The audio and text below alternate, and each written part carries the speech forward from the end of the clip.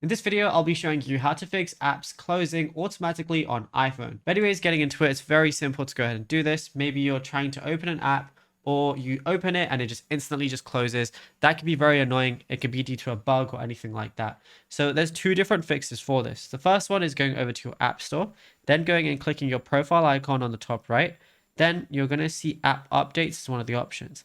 Now, if any of your applications need an update, just go ahead and update all of them that do need an update, just to ensure that they're working properly, because they might introduce any bug fixes or anything like that that could be crashing your application.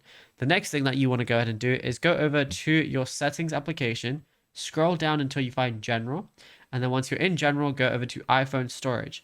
Now, once you're in iPhone storage, all you want to go ahead and do is scroll down, find whichever application is messing up for you, the one that's like completely closing or closes upon opening or just can't open in general. Let's say TikTok is the one.